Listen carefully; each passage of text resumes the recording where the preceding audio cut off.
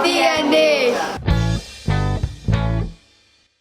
Wel, beth sydd wedi bod yn digwydd, mae gennym ni'r Cystadleuaeth Codio 2026. Mae hynna yn golygu 4 dalgylch ar hyd Wynedd a Môn o'r ysgolion yn dod at ei gilydd o blwyddyn 6 yn dod i'r ysgolion uwchradd er mwyn creu gêm.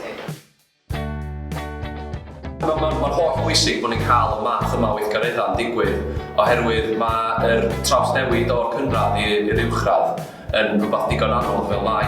So be mae'n neud ydy roi mewn ein cyfla i'r ysgolion lleol gallu gweld i'w gilydd cyn actually'r diwrnod o ddod i'r ysgol. Dwi'n meddwl bod o mor bwysig achos fel un peth mae am ddim, am hynna mor bwysig i'r ysgolion achos mae talu am bethau am ein gilydd yn costio gymaint yn y munud. So mae unrhyw gystadleuaethau sy'n ddim yn bonus. Dwi'n meddwl bod rhaglen Codio yn dod o gymaint o gyfleoedd i'r plant. Maen nhw'n gorfod dysgu gymaint o sgiliau wrth drio creu gêm. A dwi'n meddwl bod fi wedi sylwi hynny efo'r gystadleuaeth yma wedi gwneud fi gorfod gwneud mwy ohono fo'n dosbarth. Wel, fel Skills Spark, da ni mewn sefyllfa arbennig iawn. Mae gennym ni ein swyddogion STEM gwych sydd gyd yn cyn addysgwyr a gallu dod ei arbenigedd nhw. Mae gennym ni y gyswllt i diwydiant yna, fel bod ni'n gallu dod â pobl sydd yn creu gemau i fewn i ysgolion, ac wrth gwrs mae gennym ni gofod wych yn M-Spark i ysbrydoli y dyfodol. So ar gyfer y digwyddiad yma, dwi wedi dylunio a 3D printio yr tlysa, yr trophies ar gyfer y digwyddiad. So nes i ddylunio nhw yn CAD a wedyn nes i fynd ymlaen i defnyddio 3D printer M-Spark ar y lôn Bangor i argraffu nhw allan a cyflwyno nhw i'r plant. Drwy gydol mis Ionawr, maen nhw wedi bod yn brysur yn cystadlu yn eu dalgylcha ac mae 12 tîm wedi cael eu dewis i ddod yma heddiw i'r ffeinal Codio arbennig.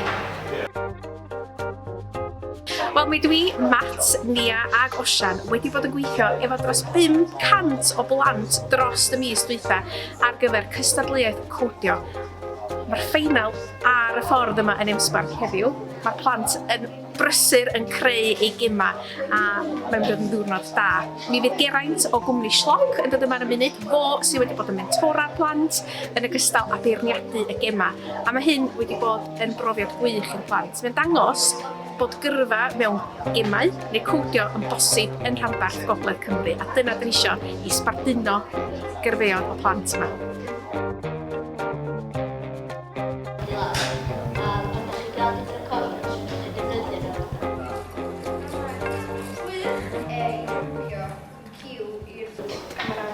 Rili hoffi hiwmor yn gêm yma hefyd. Dwi'n meddwl y gêm o'r nes i weld heddiw oedd gêm Guto a Nedw. Felly gewch chi ddangos eich gêm yn ysgol.